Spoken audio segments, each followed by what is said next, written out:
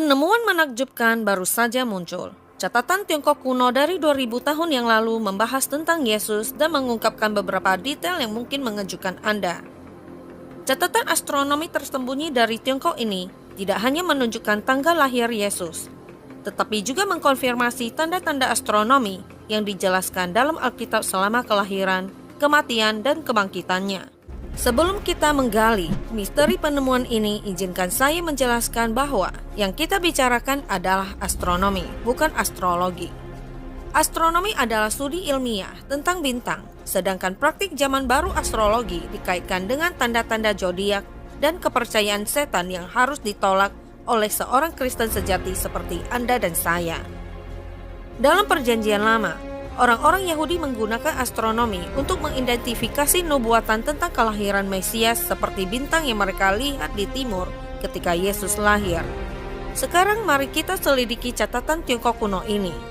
Sejarah Tiongkok yang dimulai pada tahun 2500 sebelum Masehi mengungkapkan bahwa mereka mungkin telah menyembah Tuhan dalam Alkitab, Yahweh, sebelum agama-agama palsu mengambil alih. Bisakah Anda percaya itu? Sejarawan Tiongkok Sima Qian menulis bahwa Tiongkok kuno menyembah satu Tuhan yang disebut Shangti. Kaisar Huangti bahkan membangun sebuah kuil untuk Shangti mirip dengan kuil yang dibangun Israel untuk Yahweh. Kisah penciptaan mereka sangat mirip dengan kisah kejadian yang menggambarkan kekacauan tak berbentuk sebelum penciptaan langit, bumi, dan manusia. Banyak ahli Alkitab percaya bahwa orang Tionghoa mungkin adalah keturunan putra Nuh, Sem, yang dapat menjelaskan keyakinan monoteistik awal mereka dan penghindaran berhala. Selama lebih dari 2000 tahun, orang Tiongkok menyembah Tuhan yang tunggal ini, sampai Taoisme dan Konfusianisme mulai mempengaruhi mereka sekitar tahun 500 sebelum Masehi. Pada tahun 200 sebelum Masehi, Kaisar Qin Shi memberlakukan penyembahan berhala yang menyebabkan banyak orang menjauh dari Shangti. Tapi bukan itu saja, bahasa Cina adalah bahasa tulisan tertua di dunia yang serupa dengan banyak bahasa kuno. Kata-katanya digambarkan sebagai gambar untuk mewakili maknanya. Kata perahu dalam bahasa Mandarin terdiri dari 3 gambar berbeda, sebuah perahu besar, 8, dan manusia. Dalam bahasa Cina, mulut melambangkan seseorang. Jadi kata Cina untuk perahu berarti sebuah perahu yang berisi 8 orang di dalamnya, yang selaras dengan jumlah orang yang ditetapkan untuk berada di Bahtera Nuh. Alangkah menakjubkannya bahwa waktu dinasti pertama Tiongkok dalam kaitannya dengan banjir besar dan menara Babel memberi kita wawasan mengapa kata perahu mengandung arti 8 orang di dalam sebuah kapal.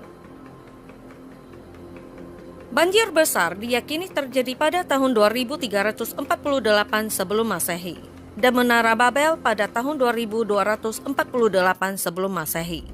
Teks sejarah Tiongkok paling awal, Su Qing, mencatat awal sejarah Tiongkok dan menyatakan bahwa setelah banjir besar, sebagian besar bumi hancur dan tidak dapat dihuni.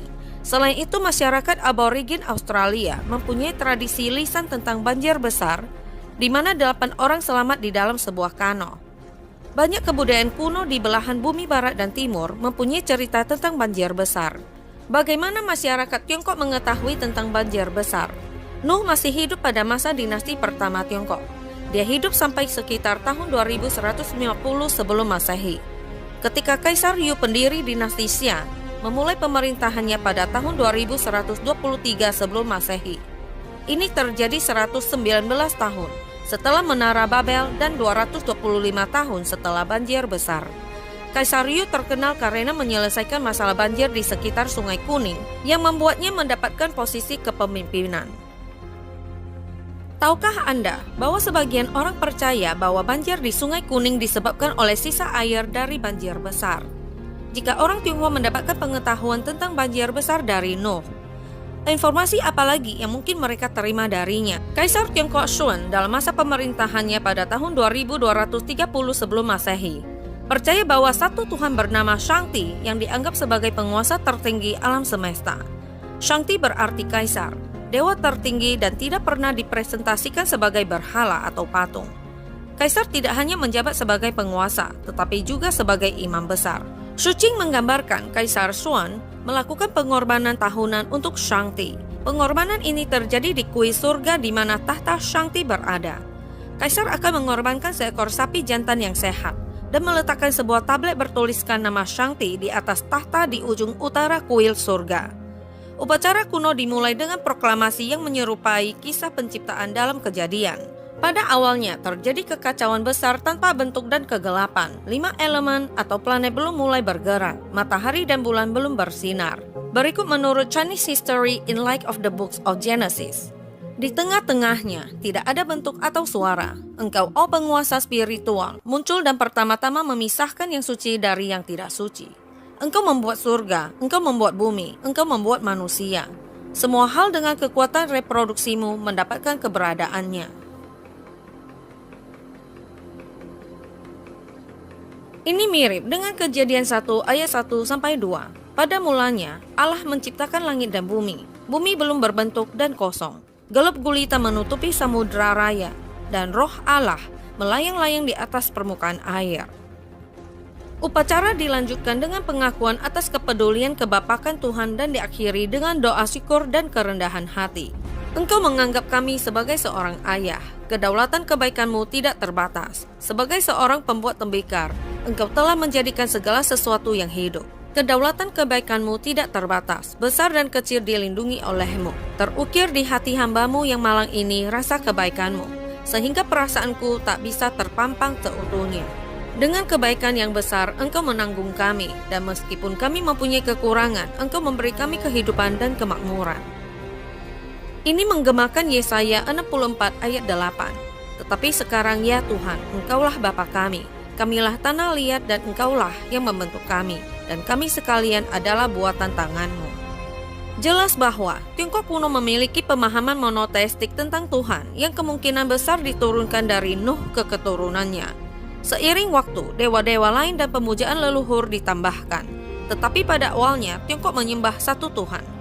Dewasa ini, Shangti diakui sebagai Tuhan umat Kristen di Tiongkok, Hong Kong, dan Taiwan. Sekarang mari kita lompati sampai 2000 tahun. Orang bijak dari timur datang mencari Yesus. Tapi bagaimana mereka tahu tentang dia? Dalam Matius 2 ayat 1-2 dikatakan, sesudah Yesus dilahirkan di Bethlehem di tanah Yudea pada zaman Raja Herodes, datanglah orang-orang Majus dari timur ke Yerusalem dan bertanya-tanya, di manakah dia, raja orang Yahudi yang baru dilahirkan itu? Kami telah melihat bintangnya di timur dan kami datang untuk menyembah dia. Identitas dan asal-usul orang Majus ini dapat dijelaskan berdasarkan catatan Tiongkok dari masa pemerintahan Kaisar Qianping. Menurut catatan astronomi dari kitab dinasti Han, pada bulan kedua tahun kedua, sebuah komet terlihat keluar dari Altair selama lebih dari 70 hari. Dikatakan komet nampaknya menandakan yang lama digantikan oleh yang baru. Altair, matahari, bulan, dan 5 bintang bergerak menandakan dimulainya zaman baru, awal tahun baru, bulan baru, dan hari baru. Kemunculan komet ini tidak diragukan lagi melambangkan perubahan. Kemunculan komet ini secara luas menunjukkan bahwa hal ini sangatlah penting. Izinkan saya menjelaskan catatan astronomi Tiongkok ini dengan lebih jelas. Catatan dari dinasti Han pada Maret tahun 5 sebelum Masehi menggambarkan komet terang yang terlihat selama lebih dari 70 hari, menandakan perubahan signifikan. Catatan menyebutkan bahwa komet tersebut menandakan penggantian yang lama dengan yang baru. Jika kita menghitung 70 hari dari bulan Maret, ini membawa kita ke akhir bulan Mei, waktu yang lebih hangat di Israel yang cocok untuk bepergian, tidak seperti bulan Desember yang dingin yang sering dikaitkan dengan kelahiran Yesus. Ini menantang tanggal lahir tradisional 25 Desember.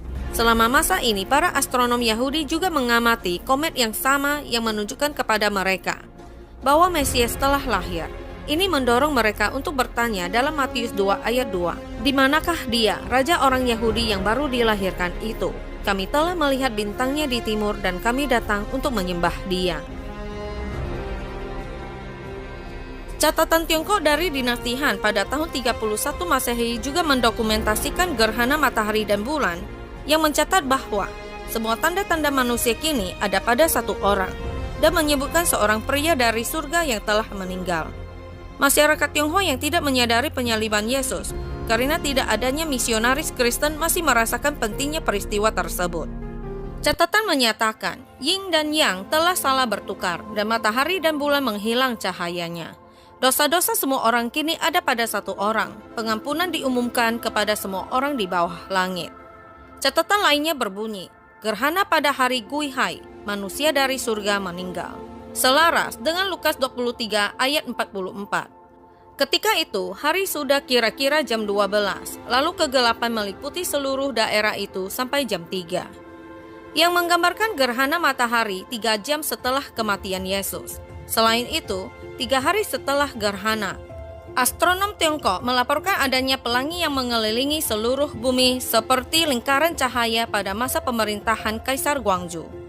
Meskipun Alkitab tidak secara spesifik menyebutkan Tiongkok, catatan-catatan ini menunjukkan bahwa Tuhan masih bekerja di hati orang Tiongkok, bahkan tanpa pengetahuan langsung tentang Injil.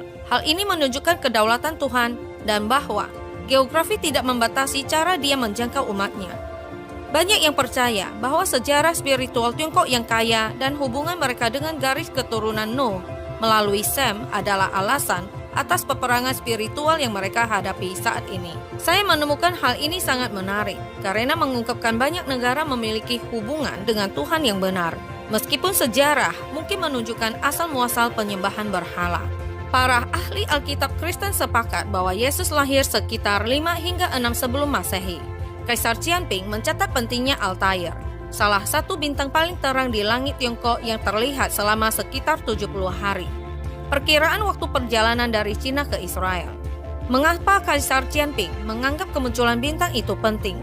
Menurut catatan sejarah volume 27 buku astronomi, makna utama Altair, pilar penopang utama langit adalah pengorbanan sempurna. Altair adalah bagian dari konstelasi Aquila, yang berarti rasi bintang elang surga dalam bahasa Cina. Para astronom dan kaisar Tiongkok menafsirkan hal ini sebagai kedatangan seorang raja yang patut disembah. Mereka mungkin percaya Shangti akan datang untuk naik tahta yang dipersiapkan untuknya di kuil surga. Pada masa kematian dan kebangkitan Kristus, Kaisar Guangwu memerintah. Catatan sejarah Tiongkok dari sekitar tahun 31 Masehi menunjukkan kesadaran akan pentingnya Kristus. Menurut sejarah dinasti Han akhir volume 1 Kronik Kaisar Guangwu tahun ke-7, Yin dan Yang telah salah bertukar dan matahari dan bulan menghilang cahayanya. Dosa-dosa semua orang kini ada pada satu orang. Pengampunan diumumkan kepada semua orang di bawah langit. Pada hari Gui Hai, hari terakhir bulan itu terjadi gerhana matahari. Kaisar menghindari ruang tahta, menghentikan semua kegiatan militer dan tidak menangani urusan resmi selama 5 hari. Menurut sejarah dinasti Han terakhir, volume 1 Kronik Kaisar Guangwu tahun ke-7. Menurut catatan lain, sejarah Han terakhir nomor 18 Gui Hai, yang menyatakan gerhana di hari Gui Hai, manusia dari surga meninggal. Hal ini sejalan dengan Markus 15 ayat 33. Pada jam 12, kegelapan meliputi seluruh daerah itu dan berlangsung sampai jam 3. 3 hari setelah gerhana, para astronom Tiongkok mencatat, pada masa pemerintahan Kaisar Guangwu pada hari Bingin bulan keempat Jiangwu, sebuah lingkaran cahaya pelangi mengelilingi matahari. Menurut sejarah Han terakhir, Annals nomor 18 Gui Hai. Kebangkitan Kristus tampaknya menyebabkan peristiwa surgawi yang terlihat. Jelas bahwa Kristus tidak tersembunyi dari orang-orang Tiongkok. Meskipun perjanjian baru tidak menyebutkan timur jauh, Tuhan telah menunjukkan tanda-tandanya kepada orang-orang Tiongkok. Mereka mengenali kelahiran sang raja sebelum banyak orang di Israel dan berduka atas kematiannya ketika orang lain bersorak. Tuhan tidak dibatasi oleh pemahaman kita. Dia telah mengungkapkan dirinya kepada setiap generasi dan akan terus melakukannya.